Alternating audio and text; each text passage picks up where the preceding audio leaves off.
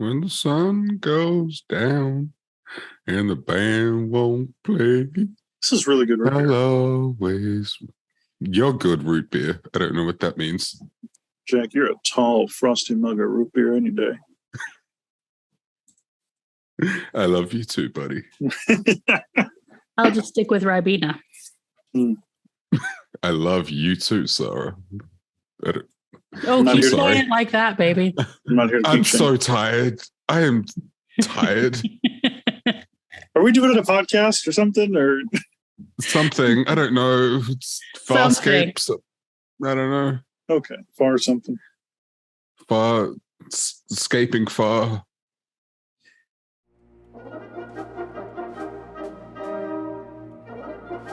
Hi, friends, Hello, puppets. Howdy, y'all. and welcome to Muppet Sex and Trauma. I'm Sara Ezzat. I make the Costume Codex videos on YouTube. I'm Jack Kramme, editor / right-hand man for Passion of the Nerd and editor for Chipperish Media. And my name is Josh Gosdin, and sometimes I just want to be pampered, you know? God, and that's I enough. can't keep a straight face. But is it? Every Is it time. enough? You get me every time, man. Is it enough? My brain just went to diapers. Different thing. I didn't say I wanted to take a nap. I have coffee in my nasal passage. Oh. Listen, we've been doing this for 14 seconds. And it's already chaos. Yeah. What? No, this wasn't I me. have Don't the- put this on me. I have the weirdest. This is. Sarah's the What one who is went to happening? diapers. Yeah, what? I don't. You wanted to And be now I have pampered. coffee in my nose. I do, but I also could have said I wanted love or I wanted to be That could be hugged. like a massage and a face mask and Right. cucumbers on the eyes. You know, like I don't. I was watching How to Build a Sex Room. My brain is, and then we were talking about this episode. My brain is, yeah. Listen, This I'm is not here to getting kink shame weirder. Sarah. Not my kink. I was like, okay, you want to tell us about yours? You don't have to defend. It's okay. What is happening? We recorded for 14 seconds and fell to pieces. This is staying in, by the way. I demand this stays in. Okay, it stays in. All right. I was thinking of making it the outtake, but you know what? Oh, Long ass outtake. whichever. As long as it's in. As long as it's in, I don't care. Okay, so yeah, and that's enough. That is more than enough. Man, you tell me. Okay. So we're a little Yes. goofy, and we're here to talk about Vitas, Mortis, life and death and little death a few times, I think, in this one. Definitely. So, let's get on with the summary. Vitas Mortis was written by Grant McAloon, who we've seen before with Durka Returns, and directed by our old friend Tony Tilsey. John, Dargo, and Zahn have arrived at a mysterious castle, where they have heard that there is a Luxon, one of Dargo's people. When they are ushered into her presence, they find not only a Luxon, but an Oracan, a holy woman of their people. Neelam is elderly, powerful, and dying. Dargo at first is intimidated, yet he offers to assist her in a death ritual. She must first evaluate his worthiness, which she does by sticking her hand into his chest and then playing some elaborate mind games. Evaluation over, and Neelam and Dargo prepare themselves for the ritual. John hates the idea as he's worried for his buddy's safety, but Dargo is determined. They begin the ritual, and it's intense, with them sharing blood and Neelam levitating Dargo's Quilta blade. As the ritual happens, we flash back to Moya, where Chiana is doing her and Dargo's laundry in Moya's amnexus fluid. And back to the ritual, which is reaching some kind of climax. And done. What's this? Neelam isn't dead. She's young. She says Dargo was so strong and potent that she decided to skip the death ritual and go straight for the ritual of renewal. John is concerned what effect this has had on Dargo, but Dargo ain't bothered. He's looking at newly young Nilam, and this time it's not his Quilta blade that she's levitating. Back on Moya, and something is up. Chiana is stuck. Moya's fluids hardened instantly, and she got stuck. That's not all. The ship is deteriorating. They summon Rygel to do an inner hull assessment, but at that moment a hole opens up in the outer hull, and Rygel is just about sucked into space. Luckily, he's got enough junk in his trunk to plug it up. Dargo and Nilam surface from their fun times to come aboard and take a look at what's going on. But her presence makes everything worse. And when Pilot explains that what's happening with Moya is advanced age, it all makes sense. Dargo and Nilam struggle to reconcile with the truth. Her ritual has stolen Moya's youth, and she needs to give it back. Eventually they make peace with that, and they finish the ritual of death as intended. Later, John checks in on a heartbroken Dargo. He asks his friend if he wants to be left alone. Yes, says Dargo, but not yet. So, thoughts? We've got an episode full of fluids and climaxes, and Rygel is a butt plug. So, literally, oh god. So. I wasn't really sure about this one until we got to the end, and I'm like, oh, okay, no, I get it, and I dig it. But I can understand those of us who might not be too warm towards it. Yeah. So I am warm to this episode. I really enjoyed it. It felt like such a cut above, a step up even, and it rapidly moved into like my top 5 for the show so far. It just felt like they just absolutely nailed it, top to bottom. So I'm really looking forward to kind of talking through it as well, and just unpacking it a little bit. See, I think every scene is great, but in terms of like a cohesive story, it feels like it's kind of lacking. Yeah. Really? Yeah. Like, and because yes, like absolutely, all of so many of the scenes are some of the best that we've had, but it's just kind of like looking for sort of a through line that relates to our characters, and not like Nilam does a whole lot of character growth. But it's kind of a little bit wishy-washy on our characters is what I felt. Is it's just kind of, and it sort of feels like it's only half an episode because the B story is just so little. So yeah, I can totally see why you'd enjoy it. Because the scene work is very, very good, especially Dargo and Nilam. Yeah, I definitely enjoyed in individual bits more than I enjoyed the whole. I think I quite liked the pacing of this episode. I thought the way it was paced and plotted was very efficient. I guess it didn't really drag its feet a lot of the time, but perhaps it was a little too efficient at times. We'll get into it later, but yeah, for the most part, it was pretty efficient, and I enjoyed that. Well, I'm really looking forward to this discussion because I don't feel like we've had one like this in a while where the three of us haven't all been on the same page with one. Right, yeah. Should we talk about our boy John first? Yeah. So with John, let's talk about John. Let's talk about John for sure. I don't find myself agreeing with John very often. He annoys me a lot, but I was very much on his side for most of this episode, where because initially he's just like, Dargo, no, are you crazy? You can't do this. I'm like, yeah. Like, you don't know. You've just met this woman. Like, come on, dude. What the hell? Yeah, I was on John's side for most of this. Yeah, same. I appreciate that in this episode. It feels like everybody on the crew of Moya has very much like internalized all the lessons they've learned so far, And one of John's lessons that he's learned is don't trust spiritual rituals that come out of nowhere. Yeah. Because he's been fucked over in at least one case literally, but in a couple of cases, like by somebody coming up and trying to have some kind of like a spiritual experience or journey with one of the crew. Mm-hmm. And so just his like absolute distrust all the way through. And then like, man, I also really loved in this episode getting to see John and Dargo's brotherly relationship. So I'm gonna shit on the Marvel universe real quick.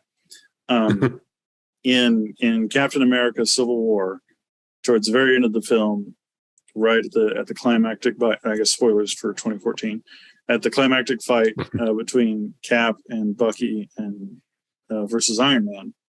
At one point, in trying to help Iron Man understand why he's willing to go to the ends of the earth for this guy, he goes, "He was my friend," and Iron Man goes, "So was I." And I was in the theater, and I almost shouted at the screen, "When?" You were work colleagues. Yeah, and barely at that. Like, you spent 2 movies together and didn't agree or get along for most of both of those movies. So when were y'all friends? But in this episode, we actually get to see John and Dargo be friends. We get to see the fruits of their relationship labor in this episode, and I loved it.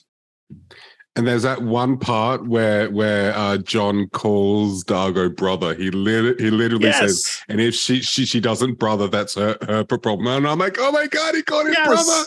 Oh my God. I got so excited. Yes, I do love that. John is extra cranky though too.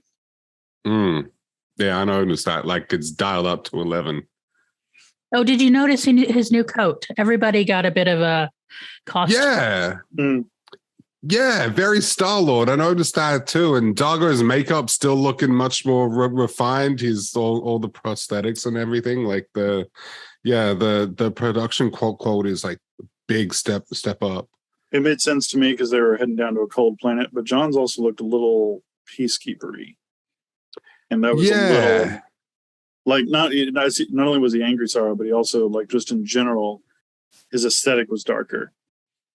And he's getting pretty handy with that pistol. Like, he's getting to be a pretty quick draw with that pistol. Mm-hmm. And the only thing I'm unsure about with John is that he's sort of got boy band hair. Well, it's 2001. Tell me why.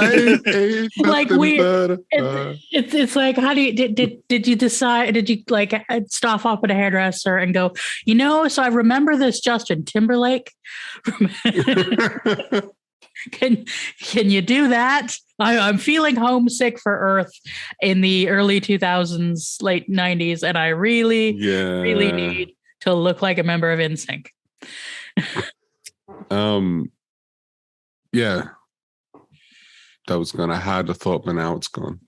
But sorry, I chased the thought away with it's bye.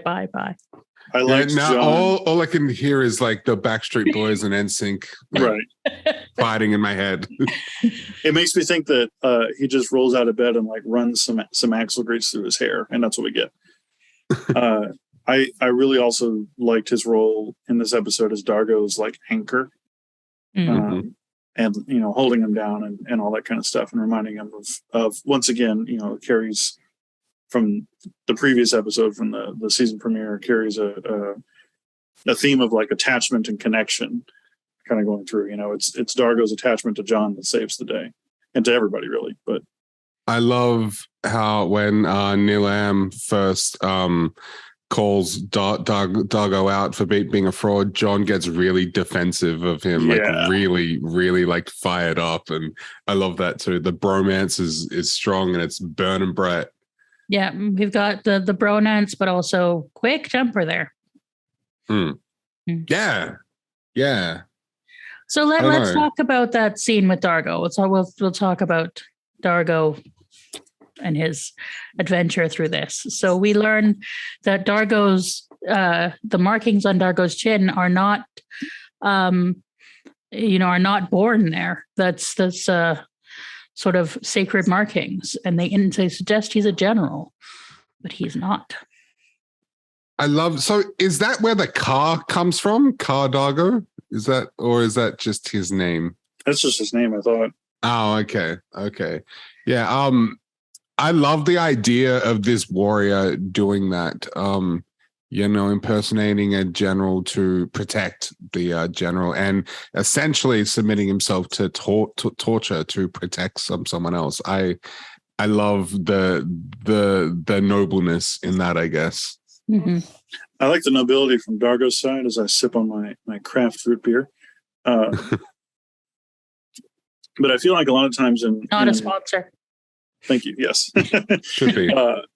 Yes, if you'd like to sponsor us. This blurry label here. I feel like in a lot of times in media and from a historical perspective, if a general is willing to swap ranks with somebody in order to escape torture or whatever, that's usually seen as cowardly. Mm-hmm. And so I found that, like, from Dargo's perspective, yes, very noble that he was willing to do that. But I found myself thinking about the general and like what maybe that said about him and maybe about the military situation that Dargo was in. Mm-hmm. Yeah, it's a situation I would have liked to have known more about. Yeah. But he decides he's going to tell her, something about this scene that kind of, and generally about this act of the show that kind of, Zahn was kind of, I don't know what to say about Zahn and her. She's doling out exposition, but she's just sort of not really doing anything but doling out exposition. My favorite thing about Zahn this episode is John's little "and holy women never go bad" comment. I was like, oh shit! Like, yeah, I like that. Got her. I was actually excited to see Zahn in her role in this episode because it felt like she was actually getting to do things, as opposed to the previous episode where the writers didn't seem to know what to do with her. But in this episode, she was, the sort of the ego between John and Dargo ping-ponging back and forth their super ego id conversation. She was mediating the discussion, and at times was telling John to hush up, and at times was telling Dargo to hush up. And then she got to be a big part of figuring out what was going on with Moya and all that kind of stuff up on the ship. So the second part of it I liked. It's just the first part. And I like your reading better than mine. Getting the trio to walking in the door in the very opening scene, I was kind of like, we're back. Yeah. I also love that shot of the castle. That was really cool. I was actually like kind of like slightly blown away by that. I wasn't expecting such a pretty and cool looking like it's absolutely 100% CG, but it still looked kind of cool. It looked like the cover of a metal album. It was very Halloween. Yeah. It was very Halloweeny, very Vincent Price, very like ooh. And then the lightning flashed and the Igor servant ran out and all that kind of stuff. Like, so they were setting a mood, they were setting a vibe, and they did it well. Yeah, I think the vibe they were setting was metal. Was a heavy metal music video, especially with the wind, all the fabric and wind. I got kind of fairy tale. That's what I got from it. Yeah, that too. Maybe like prog rock that would do the fairy tale. But there was also something sort of Sleeping Beauty about it, Dargo's like the prince, and And well, especially we spend a lot of time on that bed. A lot of time. Sorry. Especially with the kind of the mysteriousness of Neelam, like we never really learn a lot about her. No. And she does a really good job of like boop, boop, and sidestepping those kinds of questions. Like, but why are you here? Why are you all the way out here? How do you know how to get back to the Luxon homeworld? Like, and the lightning flashing and the kind of the spooky ambiance around it really just added to the whole thing. Very well done. We do get the scene with her and John, which is, can you imagine what it's like to be far from your people and not know if you'll ever see? I think you'll never see them again. Yeah. He's just like, lady, have you met me? He's like, I think I can wrap my mind around that. Yeah. Yeah. The heavy hand of the writers a little bit, but also, yeah. There were a few sort of heavy things from the writers. I wish there were elements of this episode that were written a little better. Let me. This is the connective tissue between the good bits is a little bit. Yeah. Connective tissue. Yeah. And then we have. Say more. I'm intrigued. Okay, so let me jump a little ahead. So I said that the writing was a little too efficient at times. I thought, like, for example, I thought that Dargo, immediately knowing that he and Nilam had caused Moya's deterioration thing, was a bit too, like, convenient. What I would have done is completely cut that and then delivered that twist when Aaron visits Pilot, because that's basically what they do. It's the same thing. And so there's just lots of, like, I don't know. It's almost like that we're having like timing constraints or something. You just had to like hurry some bits. Yeah, I feel like Dargo turning on them in favor of they sort of turn on each other, like Aaron being willing to fire at him. She fires at Nilam, but Dargo is right there, and Dargo steps in front, and that felt a bit like, okay, I think we're jumping the gun here. I thought that was weird because there was no conversation, there was no trying to come to a reasonable sort of compromise or whatever. She just immediately fires, and that felt out of character for me. Really? Yeah. So okay.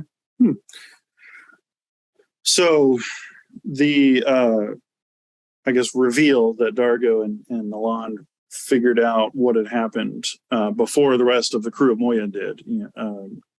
A, made perfect sense, and B, I actually enjoyed because it was also really obvious to me as a viewer what had happened. Okay. And a lot of times I feel like in TV shows they try to create a sense of dramatic irony and suspense when it really just ends up making the characters looking dumb. Because it's like, oh yeah, that's what happened. That's what's going on, right?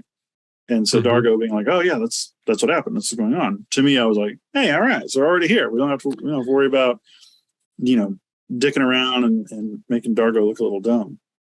Okay, yeah. But this episode was, for me, it was I guess an echo or an answer to the one with Matala in the first season.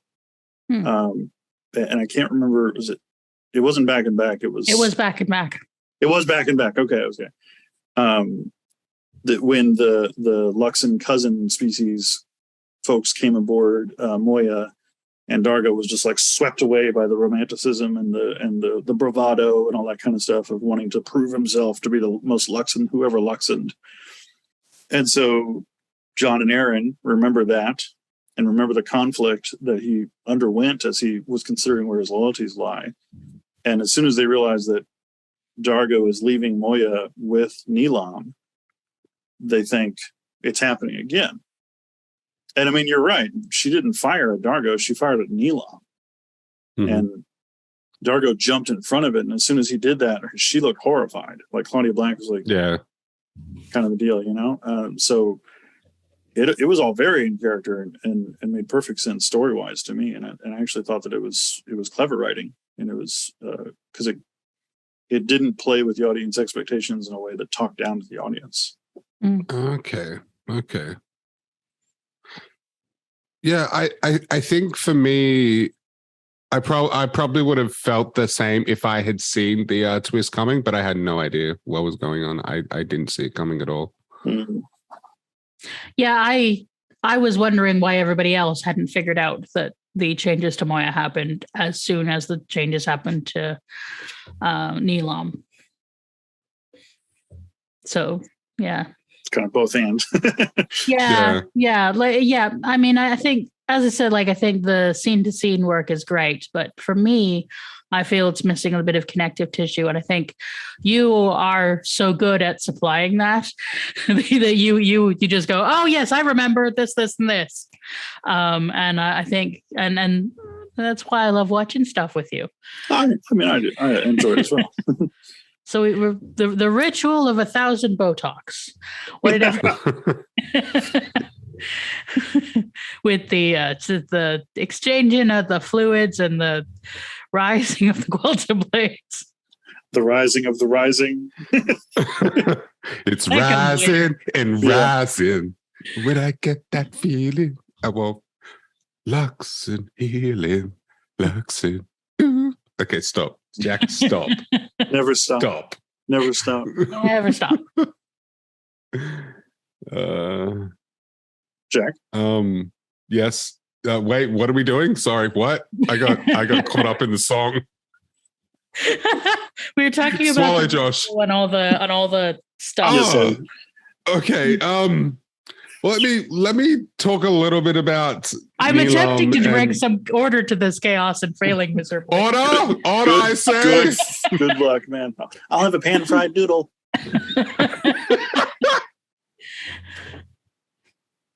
Josh, you can't say that. It just derails it again. You're the one who told me to swallow just a second ago. That's. Or did you want to talk about Chiana getting stuck in Moya's fluids? We could also. This is Muppets, sex, and trauma. We've been very clear from the beginning.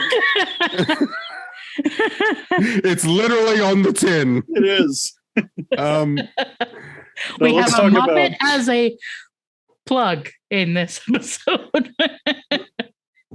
It's always about sex. Always. It's just sex. Everything is sex. Let's talk about sex. We're talking about Dargo having sex. Dargo having sex. Talk about Dargo having sex. Okay. Okay. Well, on that the middle act of the episode. Okay. Horny Dargo is one of my favorite Dargos. He's loved up. Horny Dargo is hilarious to me, and I love that. Yeah, we established right from back that he gets a bit pussy blind. Yes. Oh yeah. He's a slave to that, and I get it. I've seen that myself. So exactly. And once again, I can kind of understand it. I don't know why, but this show is opening my eyes to things. You like a lady with tentacles? He likes lady with tentacles. I don't get it. Okay, I am a broken man. Okay, I am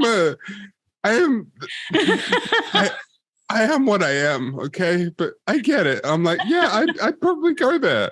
I don't even know if our biology matches up, but I'd still probably go. I'd give it a try. Well, I mean, I'm mocking you, and I've fully admitted I have a thing for Dargo this whole time. So yeah, I'm way too open in this thing. I always forget that we're recording. I just feel like I'm hanging with my friends here, but no, there's 100 other people. This is going to be on the internet. Yeah. Do you know what? This is another worst thing I've said on the internet. Alien nipple play.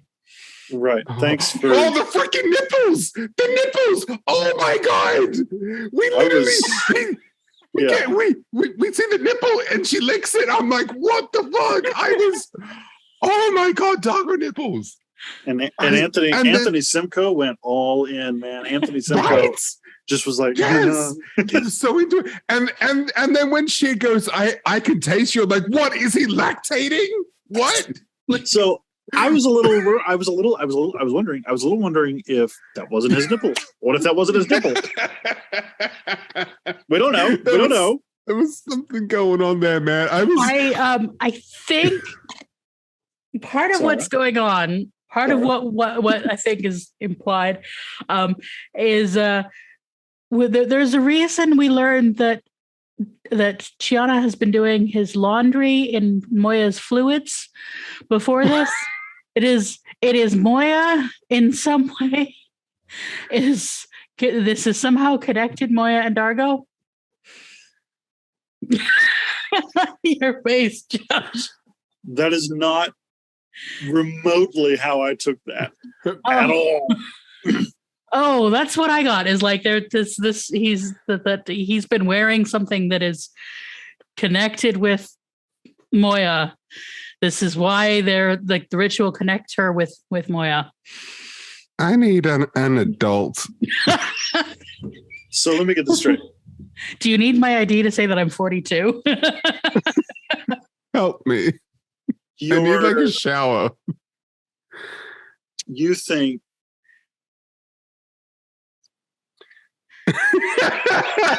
it's very rare I see this man like shell shocked and speechless. So this is an interesting experience. I figured that's where they're like.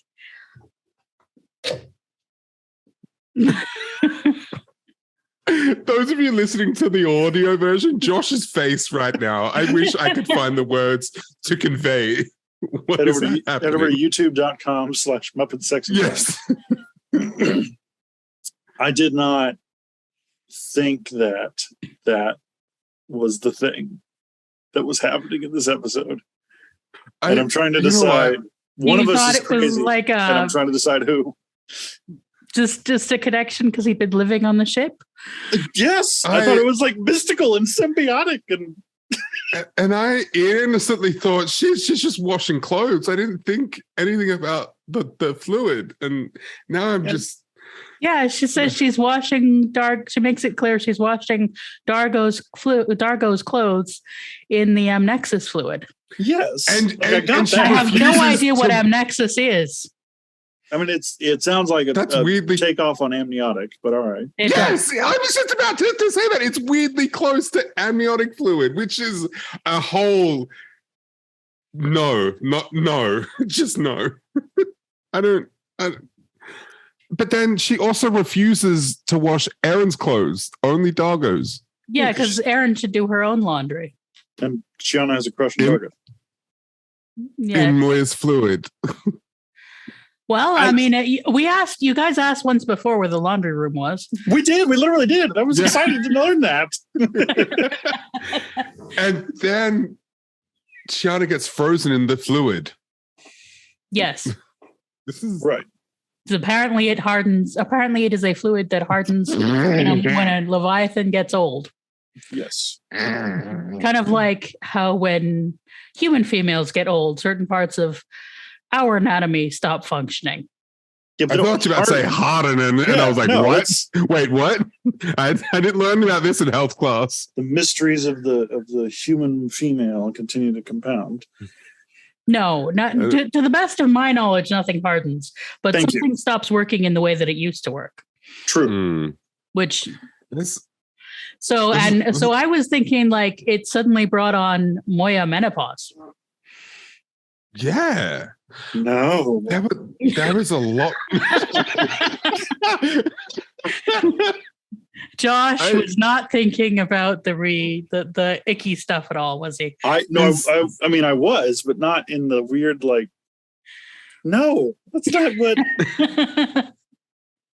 Somebody get Richard Manning on the phone. We gotta clear this shit up. Like, this wasn't Manning. This was Brett. This was McClune. Oh, because Dargo returns. No, you see, she wasn't. No. She wasn't able to siphon Moya's life force through Dargo because his clothes were soaked in her fluid. That's not what was happening. Well, I mean, if it's in if it's on his clothes, it's going to get in him. That's not also how skin works, but like. And then she wasn't sucking off his nipple and tasting Moya's amnexus fluid.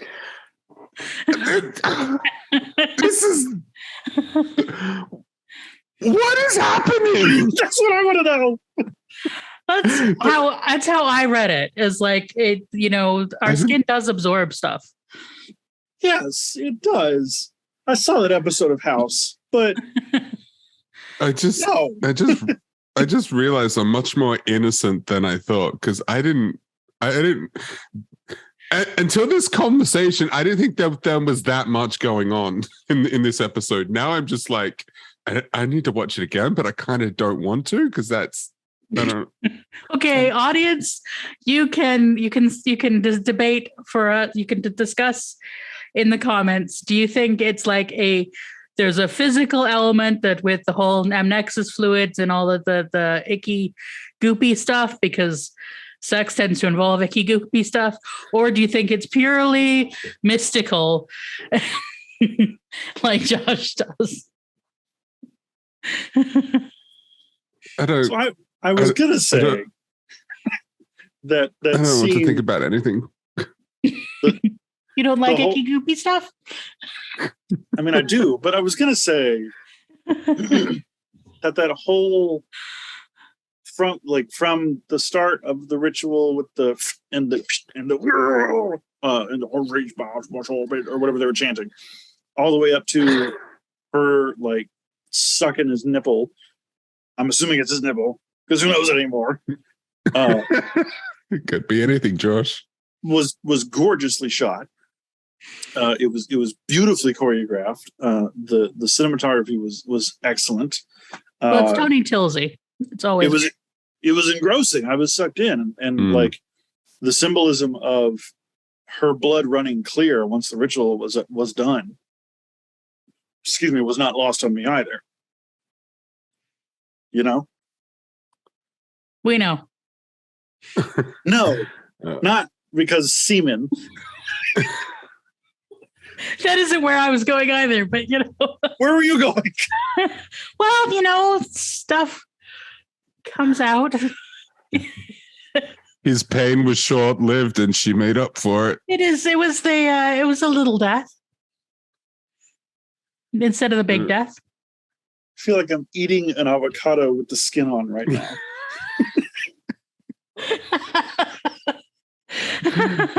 I feel like rather than observing a train wreck, I'm in the train, and Jack, it's happening in slow motion. Jack, you have to talk. I need to have some root beer. Okay. Okay. So let's talk about Dargo and Nilam for a second. Putting aside all the innuendo and the fluids and the nipples and the tasting of things and all of that, I wanted to get swept up in their relationship. I think the problem for me is it's like a 40-minute episode, and by the end I'm like, I just don't care enough about this woman to have an emotional reaction here. I really wanted to, but yeah, it's one of those ones that if it was over the course of a couple of episodes and I get to know her a bit, maybe, but then that's its own problem because it's a TV show and you don't want to weigh things down too much. But the thing that did win me over with this episode as a whole was the ending. Even though I didn't have a super strong emotional reaction to her death, I appreciated what they were doing, because this episode to me was Farscape doing a Shakespearean tragedy. That's what it felt like to me. And as someone who loves all that mushy, romantic, tragic stuff, I really appreciate that. I wanted to tear up, but I just couldn't, because I'm like, I just met this chick. Yeah. Yeah. I was emotionally affected by her death because Dargo was. It has been a well-established character trait of Dargo by this time that he loves being Luxon, and he loves Luxoning more than any other Luxon, and he wants to Luxon as hard as all the Luxons, merrily, and is, you know, he loves hard and he loves fast, and when he finds a Luxon who is on top of the social structure, who regards him as worthy, who accepts and validates the choices that he's made that he still shames himself for, and who also, by the way, wants to bone him, then of course he's all in. Of course he's all in. And tell like him how potent he is. Yeah. Yeah, exactly. Yeah. I mean, of course he's all in. And so she and him assisting with her death. I mean, there was an assisted suicide metaphor going along on this one as well. Was also very much like another step away from who he thought he was supposed to be and who he always dreamt that he might be towards who he is currently. And that was never more well exemplified than when she tries to very briefly tries to justify holding on to her life at the expense of Moya's. And he says, Moya's not just a ship. She's alive. Yes. Yeah. And like thinking about all the times in season 1 when he's given Moya shit and been like, Moya needs to go faster and like all that. And, what like hasn't demonstrated care for Moya. For him to now choose Moya over his people and his culture is enormous. Oh, that's huge. Yeah. That was the exchange that they have just before she dies, right?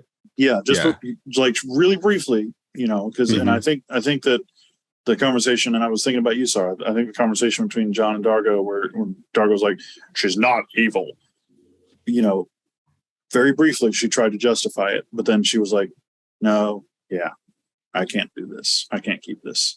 One thing that did elicit an emotional response for me was I could totally understand where Nilam was coming from. No one wants to die, and if for whatever reason you were able to revert back to your younger self, of course you're not going to want to give that away. But ultimately, it was, it's the great and the good. You can't advance yourself at the peril of someone else, And I think she understood that in the end. She wasn't forced to die. She chose to in the end. And I really appreciated that. Yeah. There's an episode in Star Trek: The Next Generation second season. It's called The Schizoid Man. Where a mad scientist on his deathbed uploads his brain into Data and takes over Data's body. And totally like non-consensual body jacking and subsumes David's personality and goes the whole episode. And there's some really like campy and moments. There's some really creepy moments. And then probably the best part is the climax at the end where Captain Picard confronts him and is demanding that he give Data back, and he turns and he goes, Data is not human.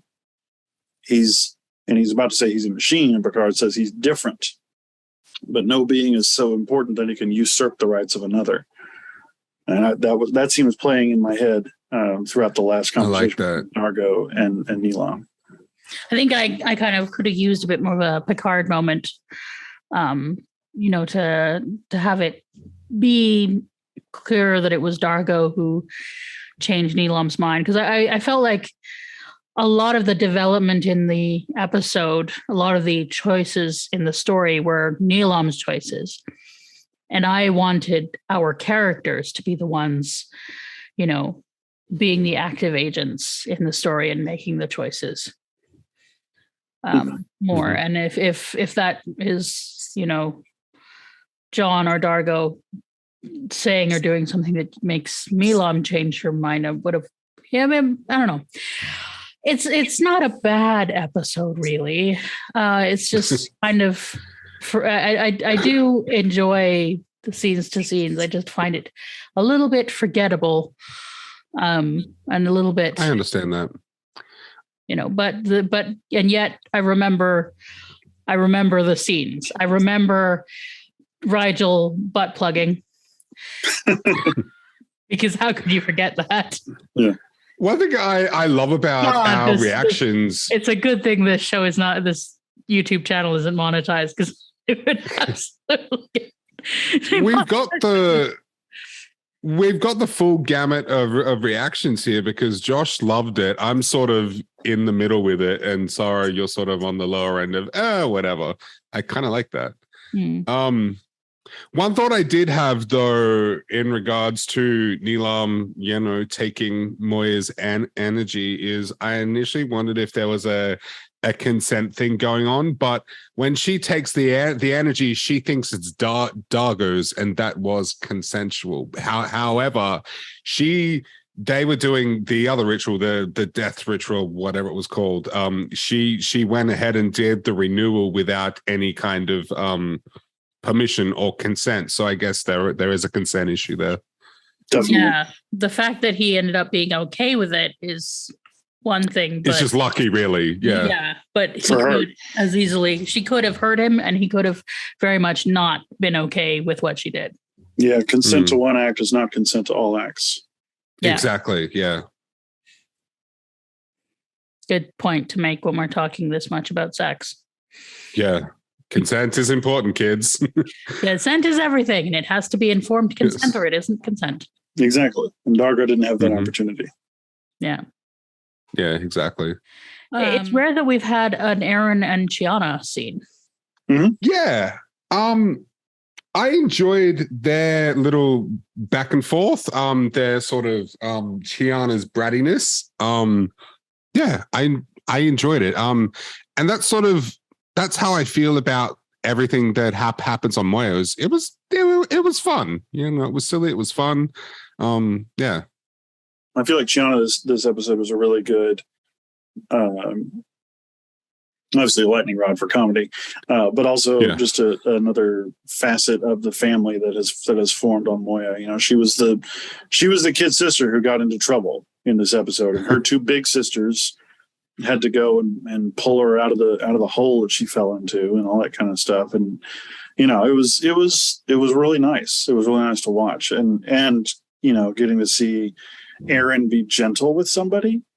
She was snarky and she was sarcastic, but ultimately she was like, chipping away with that hockey puck or hockey stick to try to get, Chiana out of the Amnex fluid. And it was nice. I really enjoyed it. I think probably my favorite Chiana moment this episode was the moment where Dargo lied to her about the dangers of the ritual to spare her feelings. Yeah. I watched that and I was like, oh. They do have an interesting friendship, those two. Oh, she's into this. There's something very bratty and sort of like 12-year-old girl about Chiana, and I think Aaron recognizes that. I almost feel like it's an adult dealing with a kid. In the way Aaron deals with her, but I actually didn't realize until this episode that Chiana doesn't like Aaron. I'm not sure if that was established previously, and I'm just forgetting. But yeah, that was only something I realized this episode. I don't think she doesn't like her. I think they have that kind of banter. But she actually says though, I like Dargo. She's like, you're washing Dargo's clothes, and she goes, I like Dargo. So she doesn't explicitly say, I don't like you, but I think it's heavily implied. She doesn't like her the way she likes Dargo. I see where you're going there. I see. Okay. Yeah. That's what I got from this episode. In a nipple back sucking. to sex. Yeah. She wants to suck his nipples and taste his lactation. Exactly. And soak his clothes in fluid. Yeah. No, my head canon is that Dargo lactates. There, I said it. I'm not taking it back. Dargo lactates. Okay, audience, tell us, what do you think Dargo tastes like? I'm so reading the comments on this one. Tell us. I want to know. The weirder, the better. Give me all your weird shit. If it's really weird, come tell us in the Discord. Yes. And tag me. Don't get your comment deleted by YouTube, but yeah, let us know what you think. I mean, it depends what he eats. Yes, it does, Sara. Yes, it does depend what he eats. And who knows what he eats? Like he eats a couple episodes ago, we know what he eats. in the finale, we saw lots of weird food going on there. So was that the finale? I think it was. Yeah, it was the finale. So, yeah. See, part of this, this is my ADHD brain. There are two wolves in your head. There is I am going to try and bring some order to the chaos of this episode and be a good host. And there is what does Dargo taste like? No, I'm squirrel. I'm very much of some men just want to watch the world burn. That's my school of thought. Join us in the Amnex fluid, Sora. Yes. Oh yes, editing, Sara. I deeply apologize for this chaos. I'm not sorry at all. Not at all. Okay, so have we talked about themes? Yeah, I didn't think there was much. Now I'm just like sex and fluid and nipple. It's all sex. Maybe a consent thing. And maybe like you can't help yourself by causing harm to somebody else. Yeah, Josh, what do you got? So I felt like it was a really beautiful theme in this episode before we started talking about nipples. But so I mentioned in the season 2 premiere that there was a lot of there was something being said about the connections that we have and the attachments that we have with those around us and how that kind of informs who we are and the person we become. And I feel like I saw that thread carried through in this episode as well. And starting with, and I'm going to, for the moment, sit in camp spiritual connection instead of camp dirty laundry connection between Dargo and Moya. That he has become so much a part of Moya's crew, a part of Moya, that Moya's energy, life force, whatever you want to call it, is now part of him, and and by extension, I'm A equals being here, not just him. They're all a part of each other now because they spent so much time and they've put in so much love and labor into Moya that there is an indelible connection among all of them at this point.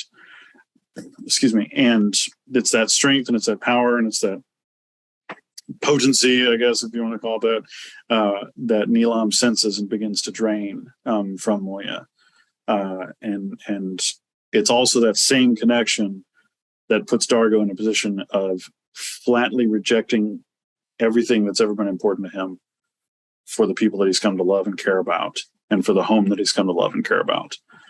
And like going so far as assisting this woman's suicide to save Moya's life. And to me, it was really great. And John being that anchor, and Zahn being the link between the two of them and their ideas, and even the kid sister Chiana getting stuck in the hole, and middle sister Aaron and responsible older sister Zahn having to help get her out of it, was all just kind of like a reflection of that theme as well.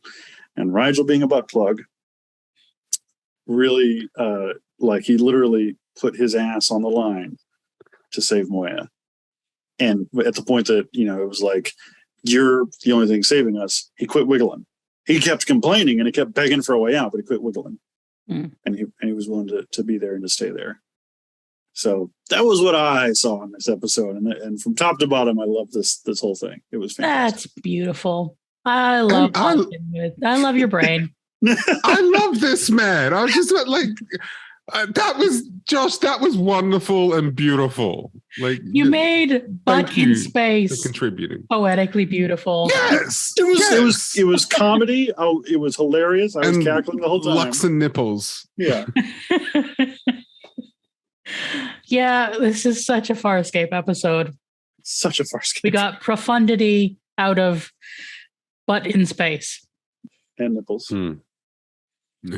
Don't forget, I'm never going to forget the nipples. Like never. I was so shocked that we actually saw them too. It wasn't just implied, that it was right there. And then that must have been a fun makeup job and a fun and a fun scene to play. Yeah. I wish you guys. I wish we watched it together so you guys could have seen my face. I was like, this would have been we should have done a live react on this one. It would have been a good one for that. Yeah. It would have been, but it's okay. It was still, it was good. It was all right. I like this one. It was okay. So, with that, I think we come to favorite parts. So, you know what? I was going to say that I did this last week as well. I changed my mind during the recording. I was going to say the conversation between Nilam and Dargo just before she dies. I do like that back and forth. There's a lot going on there, but I'm actually going to say the actual death ritual was my favorite part. I think it was really well done. I was shocked that it concluded with her actually stabbing herself. But what I really love is that shot. We get a shot of a single drop of blood, and then it like shatters. I was like, holy shit, that is so cool. So yeah, that's my favorite part. That is exactly what I was going to say, and for almost exactly the same reason, because the dark blood, like she died in, having committed a heinous act, and so her blood was never clear again. Mm-hmm. And as a bookend earlier when the blood started to run clear, but only because she was connected to Dargo and Moya. See, I just thought it was a cool ass shot, and here you are blowing my freaking mind. Like, that's what I saw. Like, that's all I saw. And because it shattered and then it released like the Moya energy or whatever. Yeah, that's really cool. My favorite part is the coda. John offering to be with Dargo. And then Dargo, I love the sort of knowing his boundaries and knowing himself, be able to communicate what he wants. He says, yes, he wants to be left alone, but not in this moment. Yeah. Yeah, that was beautiful. That got me real good. Anytime we get Dargo being vulnerable, I'm like, oh, buddy, just let me give you a hug. Come here. Yeah. And there's just something so emotionally healthy about being able to tell your friends what you need and how they can support you. Like I had this friend who not that long ago was having a rough time, and he needed to be cheerleaded, and he told us what he needed was to be told that he was good enough. And so, a few of us would send him messages that just said, randomly spam of you're doing your best and that's enough. Because when a friend, you so want to support your friends, and it's so good when a friend knows to tell you what they need. Yeah. That was a real nice story. Yeah, it was. So next episode will be next episode is called Taking the Stone. Oh. Wonder if this is like a King Arthur thing going on. Or we shall see. Indiana Jones romancing the stone kind of a deal. Following Taking the Stone is a little episode called Crackers Don't Matter. I'm sorry. Jack, you okay, buddy? No.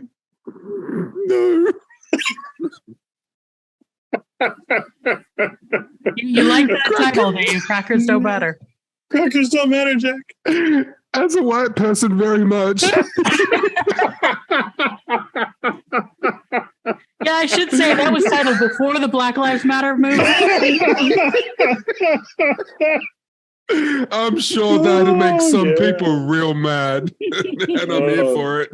Yeah, that was good. Okay.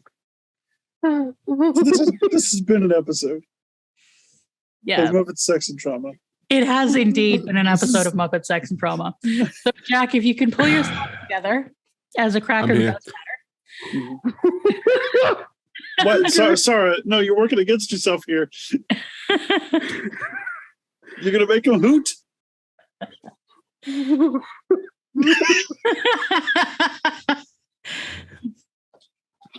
Okay. All right, Jack, how can people find you? You can find me on Twitter at Lack of Surprise One. That's all one word with the number one at the end. You can find me over on Discord in our official Discord server, Muppet Sex and Trauma. And you can find me on Instagram at Jack Kramme, lowercase, all one word. Josh, sir, where can people find you? I like hanging out over on Instagram, a quiet little corner of self-care and food, and it's just a good time over there. If you want to come join us over on Instagram, it's at Josh Gosdin, all one word, all lowercase. Sara, where can people find you? I have a YouTube channel called The Costume Codex. I did a little video recently. It'll be not quite as recent when this comes out. That was me discussing the god-awful thing that was the recent adaptation of Persuasion. I really hated it, and I took the opportunity to talk a lot about why I love the book, rather than just complaining about the very, very bad, no good adaptation. So yeah, there's that. You can also find me on Twitter under Bluestock and Sara. And you can find us on the Discord, which is actually called, I think it's actually called the Hello Poppets. Oh no, it's Howdy Poppets. Howdy Sorry, Poppets. I'm terrible at this. I need to script my outros clearly. Doing great, buddy. Yeah, doing fine. I apologize. If it was scripted, then we wouldn't have the opportunities for fun chaos. Yeah, this whole episode would have been. Yeah, I assumed it was Muppet sex and trauma, but when you assume, you make an ass out of you and me. That's what Rygel learned the hard way. I thought there it was we go. Howdy Poppets. Yeah. Yeah. I like it. And I did know that. I did, but I'm so tired. It's going to be okay. So I think we will probably end this chaos before we before we can't show our faces on YouTube anymore. Before we get banned, get the channel deleted. Lux and nipples. And we'll leave on the note of nothing of Lux and nipples. Done. Damn right, y'all. Oh wow.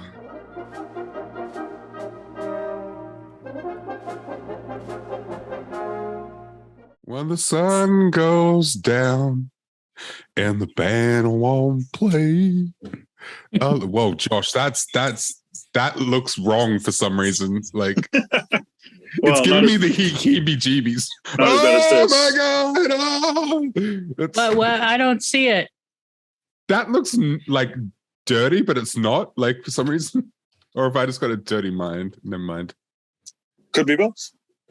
You never know.